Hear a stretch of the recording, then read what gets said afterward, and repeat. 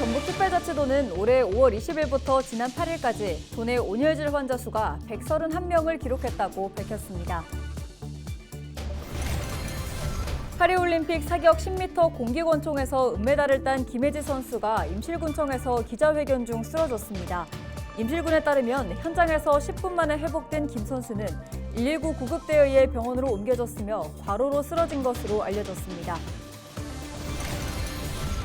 김제한 요양원에서 80대 치매 노인을 학대했다는 의혹이 추가로 제기된 가운데 요양시설의 CCTV가 전반적으로 제대로 운영 관리되고 있는지 의문이 일고 있습니다. 출생아보다 사망자가 더 많은 지방에서는 결혼하는 사람을 보기 드문 게 현실인데요. 부안의 한 결혼식장이 장례식장으로 바꿔 영업을 추진했지만 주민 반대에 부딪혀 논란입니다.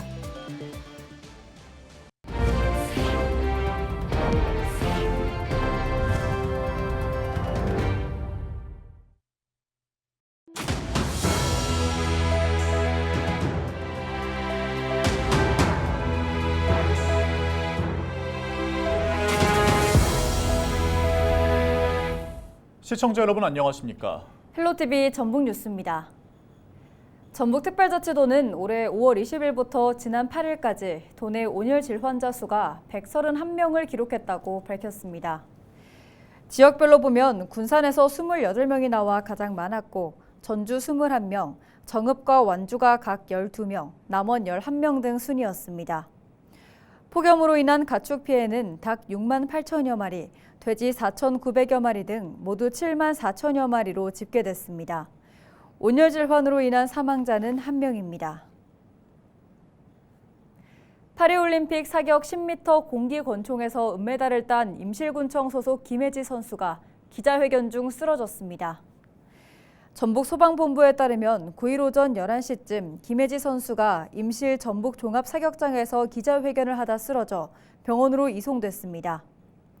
기자회견을 연 임실군은 김 선수가 기자들과 질문을 주고받다 갑자기 경련을 일으키며 쓰러졌고 심폐소생술 등 응급조치한 지 10여 분 만에 의식을 회복했다고 밝혔습니다.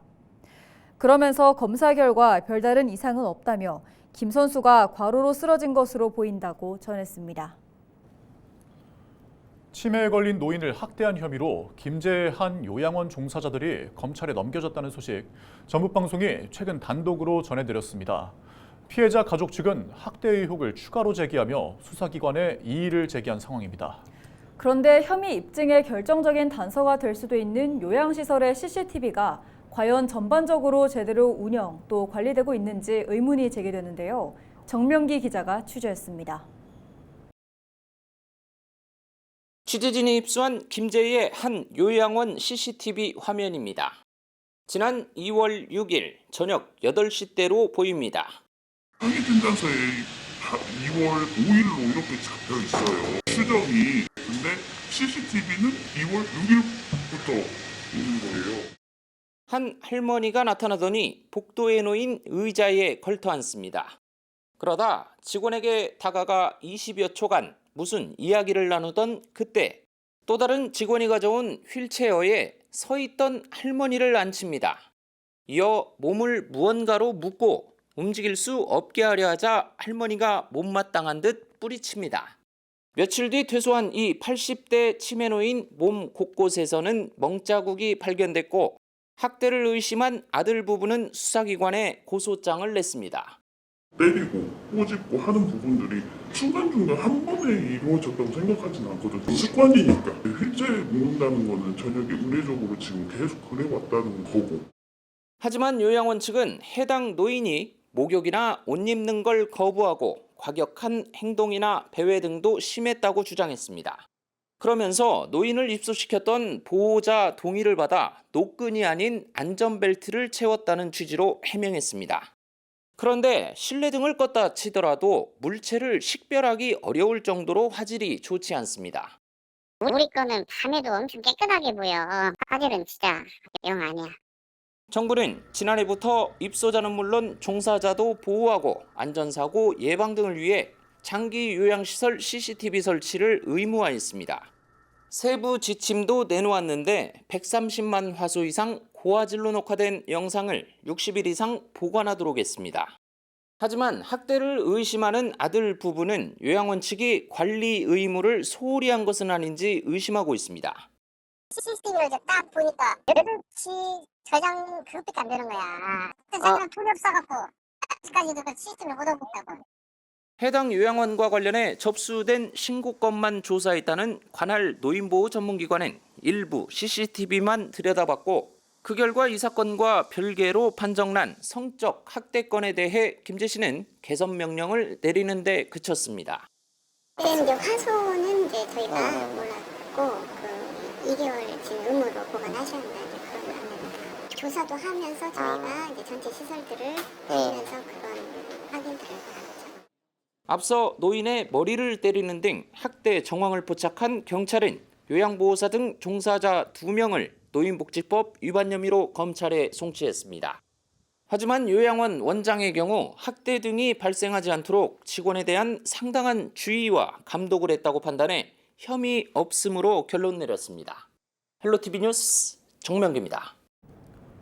출생아보다 사망자가 더 많은 지방에서는 결혼하는 사람을 보기 드문 게 현실입니다. 지역의 한 결혼식장이 장례식장으로 바꿔 영업을 추진했지만 주민 반대에 부딪혀 논란입니다. 이나라 기자입니다. 부안의 한 결혼식장입니다. 예식장 건물 주인은 지난달 건물 용도 변경 신청을 냈습니다. 장례식장을 운영한다는 사람에게 예식장 건물을 임대하겠다는 겁니다. 결혼식이 자꾸 갈수록 줄어드니까 4년 동안 거기서 아예 영업 안 했어요. 문 닫아놓고. 건물이 지금 살아있기 때문에 공과금들이 만만치 않게 나오니까 1년이면 거기서 없어지는 돈이 1억이 넘어요. 임대 소식이 알려지자 인근 주민 500여 명이 장례식장 운영에 반대하고 나섰습니다.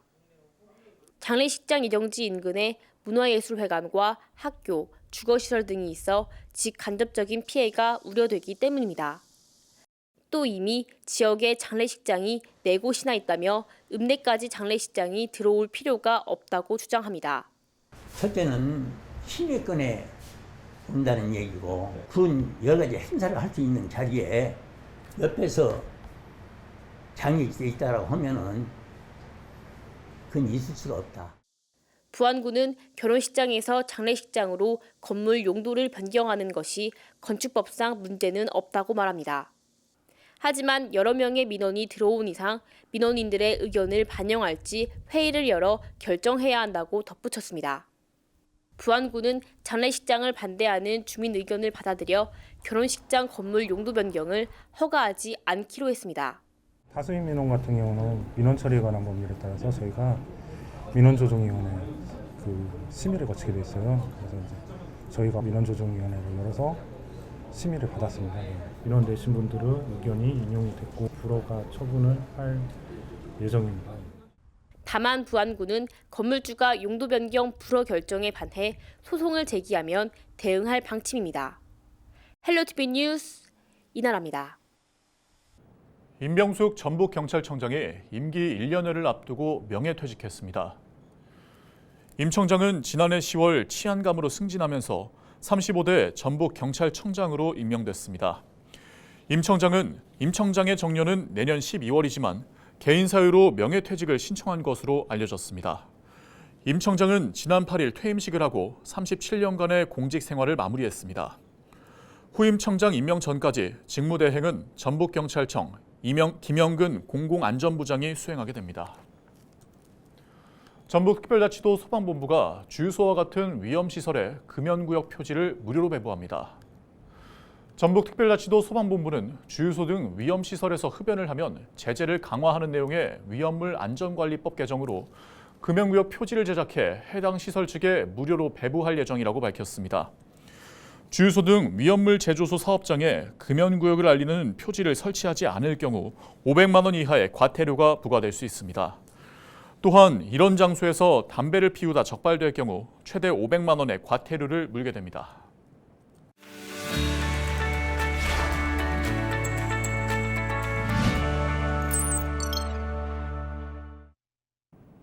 우리 지역 국회의원들의 활동 소식을 전해드리는 국회는 지금 시간입니다.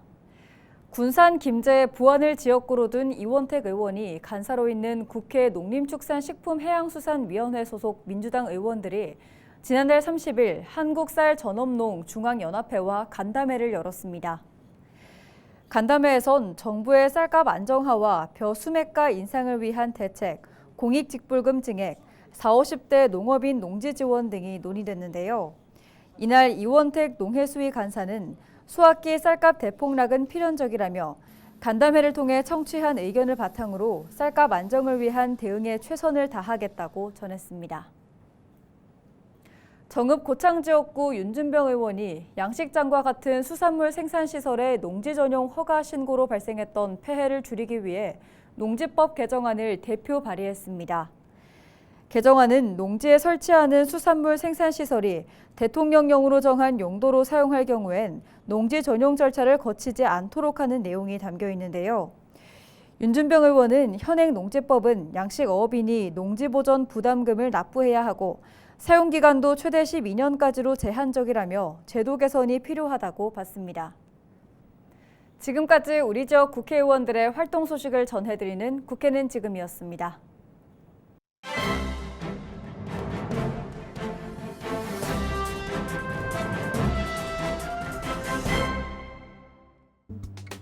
신문브리핑 전북 도민일보 기사입니다. 22대 국회 개원 이후 2달간을 정쟁으로 흘려보낸 여야가 휴가도 반납한 채 8월 국회에서 다시 맞붙는다고 하는데요. 지난 3일 민주당 전북도당 개편대회에서 차기 도당위원장을 선출한 전북 정치권도 35도가 넘는 불볕더위에도 불구하고 휴가를 보낼 수 없는 형편이라고 합니다. 더불어민주당 이원택 신임 도당위원장은 국회와 전북도당, 지역구 등을 오가며 향후 전국 운영 방향을 모색해야 한다고 하는데요.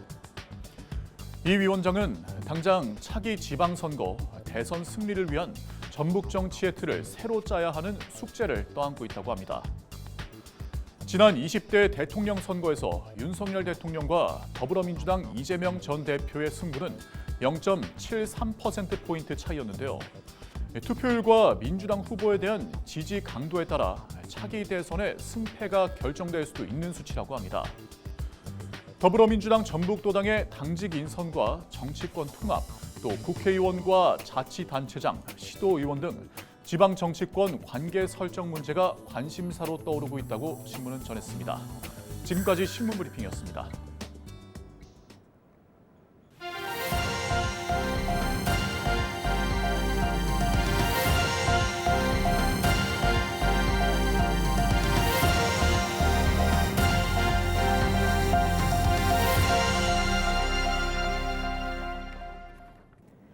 김제시의 공공형 계절근로 사업과 결혼 이민자의 친척을 초청해 농가에 인력을 공급하는 방식이 좋은 반응을 얻고 있습니다.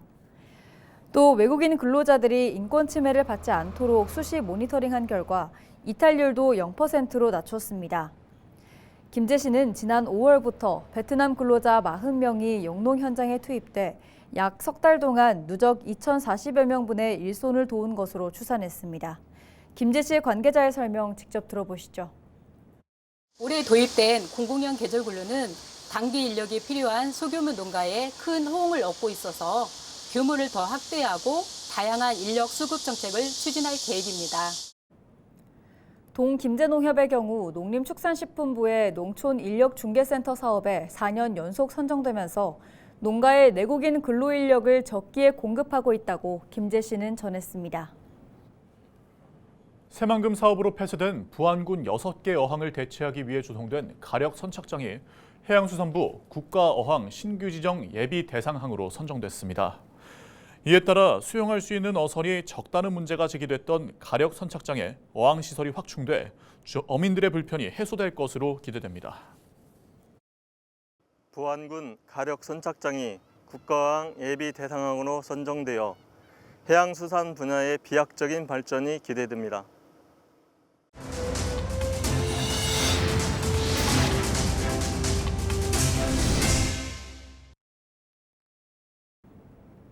이상으로 뉴스를 마칩니다. 저희는 언제나 지역민 여러분과 함께합니다.